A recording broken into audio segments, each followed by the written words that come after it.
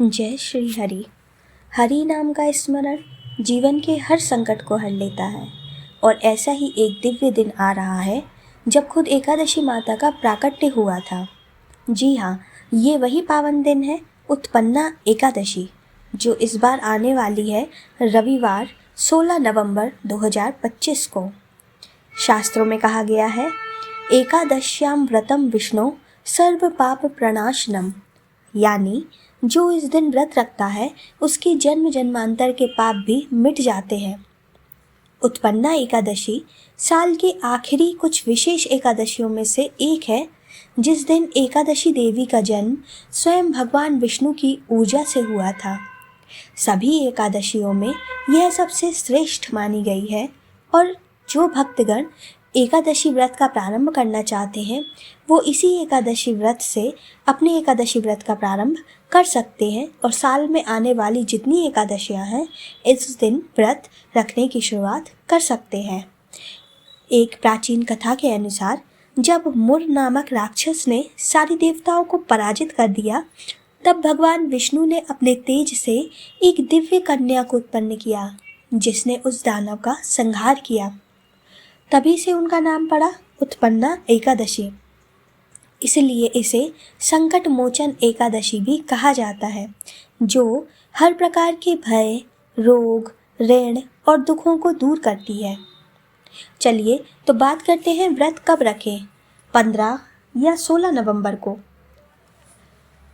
इस दिन शनिवार को रात से, यानी कि 15 नवंबर को रात से एकादशी प्रारंभ हो रही है और रविवार 16 नवंबर को एकादशी समापन हो रहा है। तो शास्त्रों के अनुसार यदि एकादशी तिथि सूर्योदय के बाद रहे तो उस व्रत को उसी दिन करना श्रेष्ठ माना गया है।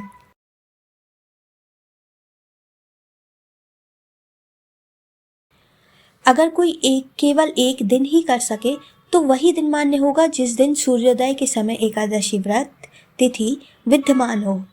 चलिए तो अब बात करते हैं हम पारण समय की, यानी व्रत खोलने के शुभ मुहूर्त की।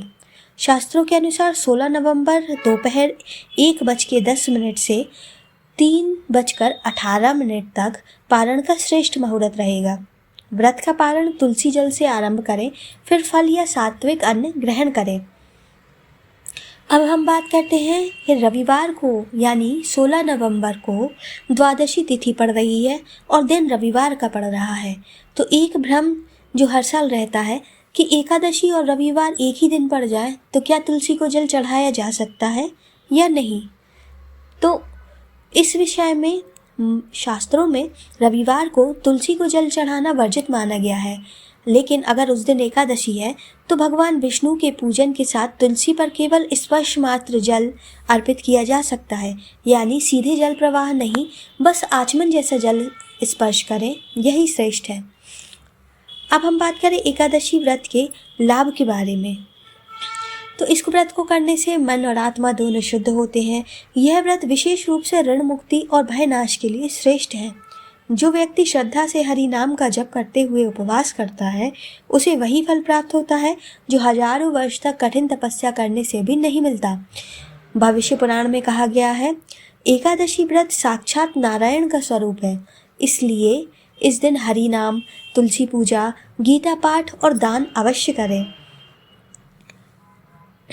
तो इस उत्पन्ना एकादशी पर एक संकल्प लेते हैं कि सिर्फ व्रत ही नहीं, मन से भी हरि नाम का स्मरण करेंगे, क्योंकि हर व्रत की सार्थकता तभी जुड़ी होती है जब उसमें भक्ति और श्रद्धा हो। अगर आपको ये जानकारी उपयोगी लगी हो तो इसे जरूर शेयर करें ताकि और लोग भी इस दिव्य व्रत का लाभ पा सकें। ओम नमो भगवते वासुदेवाय।